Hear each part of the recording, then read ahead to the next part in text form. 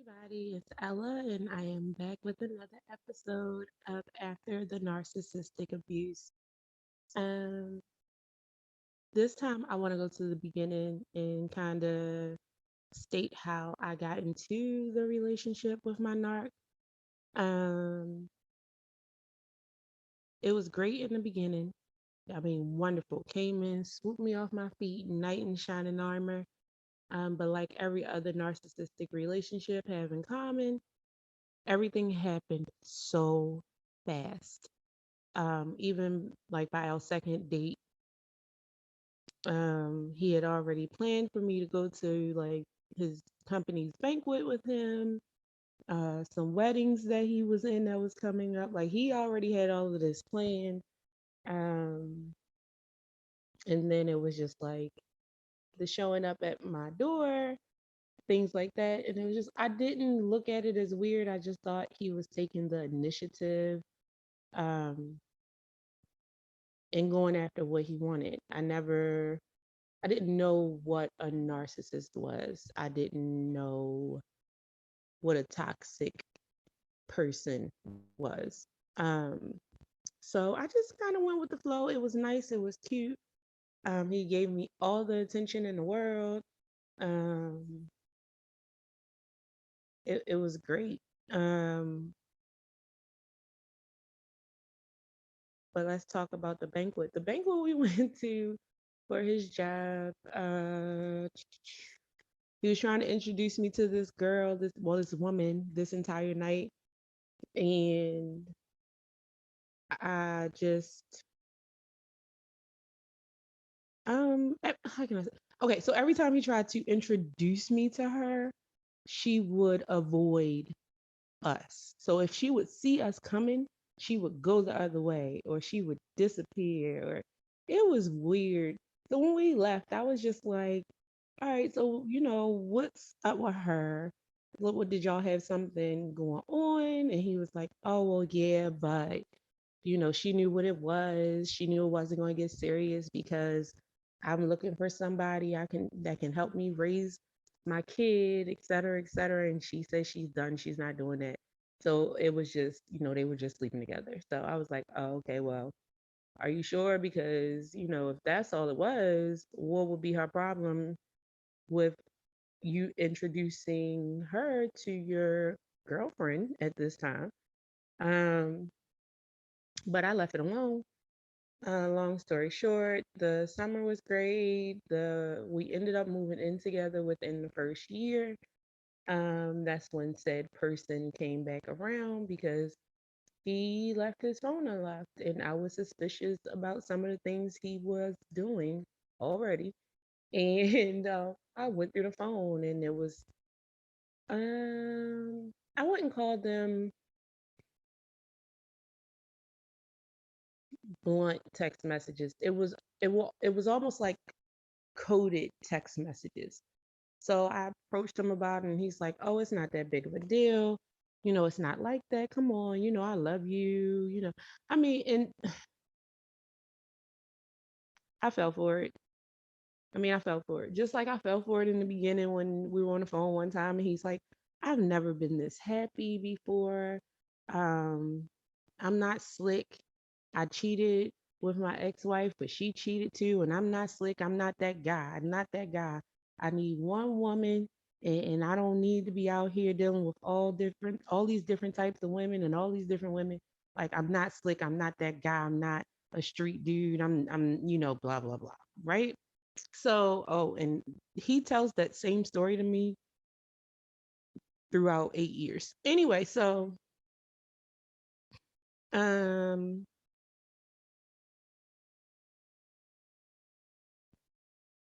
without telling every single detail, even though I think I'm gonna start doing story times, but he switched jobs, get a better job. That job didn't work out. So at this point in time, I'm the only one working. He's not working. Yet he's leaving out the house every day like he's going to work. It never clicked to me like, where is he? What is he doing? No, because I'm working, I'm taking care of the household, I'm still coming home, cooking, cleaning, whatever. And he gets 401k from the job he was at when me and him first started dating. And he's like, oh, he has, backed up mortgage because he wasn't paying the mortgage. What? You what? Um, et cetera, et cetera. So I looked through his phone again because the math wasn't mathing, right? So I see that he puts money directly into homegirl from the banquet's account.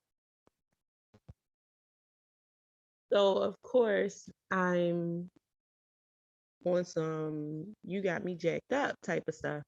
And he goes, oh no, it's not what you think. I owed her money. So I was just paying her the money back, blah, blah, blah. I fell for it. Oh well. Oh well. Um, but that's when everything started going downhill. We ended up moving um not too long after we moved. That's when he started his trucking business. Um, I started working. I told him that I had his back, and I make sure he won't fall, etc. Yeah, like I'm a grown woman, and my man is trying to accomplish something, so I'm going to be there for him. You know, through thick and thin. Wife without the ring, and so I worked. I worked from Sunday to Sunday. It came to a point in time where my oldest asked me when I was going to take a day off, and I had to go to work and realize that, oh, it's been a month and I have worked every single day. And I was working from 8 o'clock to maybe 8 o'clock. I would get off at my normal time and go pick up my daughter, bring my daughter back to work. She had her own little setup there. She had a sleeping bag, her tablet, um, between me and my coworkers, all the snacks she needed. Uh, Sometimes he would pick her up from daycare and bring her to my job. He wouldn't, go home and make sure dinner was together or stuff like that. He would drop her off to me and then go off and do whatever under the guise of, oh, he needs to work on the trucks. So each year it got worse. Like I said, but I was supportive. Supportive, whereas though like his own personal vehicle, his own personal truck. One month I paid his truck note because he couldn't afford it. And since he was under the stress of being a new business owner, and Coppin's homecoming was coming up that year, and so I was like, go do. It was Valentine's Day weekend. I was like, go do the reunion, homecoming. Sorry, the homecoming, and have fun. Just relax. You've been stressed out. Nobody cares that I'm working like a dog, but whatever. You've been stressed out. Go ahead, have fun. It's okay. It's all good. We can do Valentine's Day the following weekend. Blah blah blah. Right. So the way he repays me for paying so he could have a vehicle, a personal vehicle to drive around, and encouraging him to go out is for him to take that evening to drive past our house and go sleep with somebody he went to college with who was also a married woman. Um, and then, came home like nothing. Nothing happened. He didn't do nothing. And I found out a few months later of what he did that night, and it was just like, you just disgust me. Um, but each year it was a different main character as far as the women he was dealing with. But we had this one specific woman who is still around lurking in the shadows as I'm recording this, waiting for him to knock on her door. And this is somebody he's been sleeping with since, I guess, late teens, early 20s. Um, and we're almost 40 now. So this is and she's, I believe, a year or so older, a year or two older, whatever. Um, He knocked on her door. She opened the door in her legs at the same time. Maybe it's a circus act. I don't know. So um, she was a very very dominant force that was in our relationship the whole time. And let's go back to what is he doing? Why can't he? What is he doing all this time? Why is he out working on trucks in this dark out? Or what is all of this? It's because he was going on websites and going and seeing prostitutes all the time.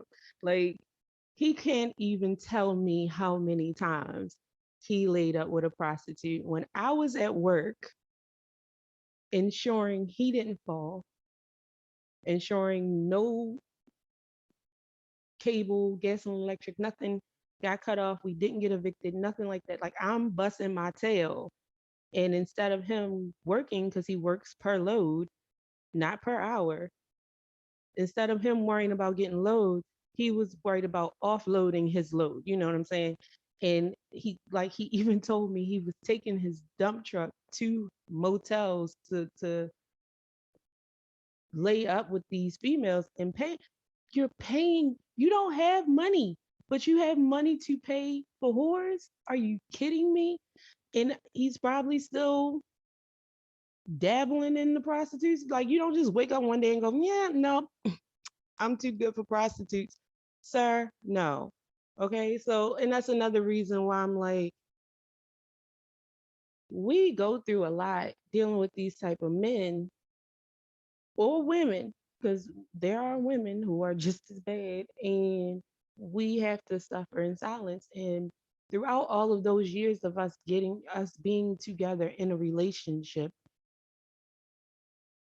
the way he showed his appreciation to me was by continuously cheating. Even when I had a conversation with him and was I begged him to stop, like, please, I'm losing it. I'm depressed, I'm stressed out, et cetera, et cetera. He did not stop. That probably stroked his ego. For him to see the woman that I was when we started dating, and then seeing that I was just walking around continuously depressed, not really wanting to leave the house, not dressing like I used to dress, not buying myself anything, not doing anything to make me feel good as a person, because he took that value from me. He took my esteem, my self esteem. He took my self confidence. He took everything that was Ella, and he destroyed it bit by bit, piece by piece. And the whole time, he expected me to continuously lift him up, be his backbone, be supportive, et cetera, et cetera. And I mean, yeah, I'm gonna have to do some story times because like it's a never ending thing. So that's why I say that you never know what people are going through behind closed doors. And I'm pretty sure somebody's story out there who